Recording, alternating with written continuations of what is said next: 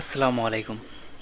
তো আজি মই আহিছোঁ এটা বিশেষ গুৰুত্বপূৰ্ণ কথালৈ। কোনো ধৰণৰ ব্লগ ভিডিঅ' এয়া বাকী কোনো ধৰণৰ কভাৰ চং একো মানে বেলেগ আজি মোৰ চেনেলৰ ক্ৰিয়েটৰৰ বাহিৰত কিছুমান কথা কোৱাৰ আগত মই এটা সৰু এটা ভিডিঅ' ক্লিপ দেখাবলৈ বিচাৰিছোঁ। আপোনালোকে ভিডিঅ'টো চাই লওক। এনেকে লাইভ চাই আছে আপোনালোকে, লাইভ দেখুৱাই আছো আপোনালোকক, লাইভ দেখুৱাই আছো আপোনালোকক লাইভ দেখুৱাই আছো যে কেনেকে কেনেকে কেনেকে গৰাখহনীয়াৰ কবলত এই ২ নং ৰাজ্যিক ঘাটত ২ নং আপোনালোকে চাওক লাইভ আপোনালোকক লাইভ দেখুৱাই আছো আপোনালোকক এনেকে।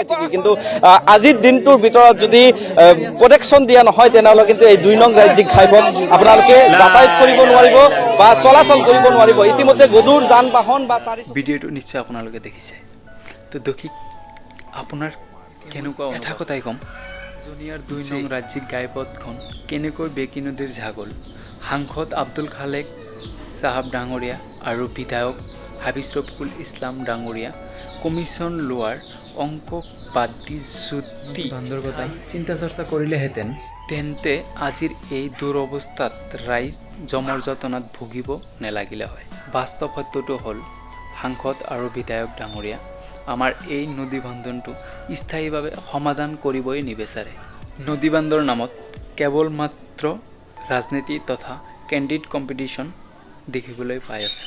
মই ৰিকুৱেষ্ট কৰিছোঁ আমাৰ মন্ত্ৰী পীযুষ হাজৰিকাক যাতে সোনকালে পাৰিলে আজিৰ পৰাই কামটো ষ্টাৰ্ট কৰি দিয়ক, আৰু লগত আমাৰ হাবিজ ৰফিকুল ইছলাম চাহাব ডাঙৰীয়া চাহাবকো আমি অনুৰোধ জনাইছোঁ এইখিনি কাম কৰি দিয়ক।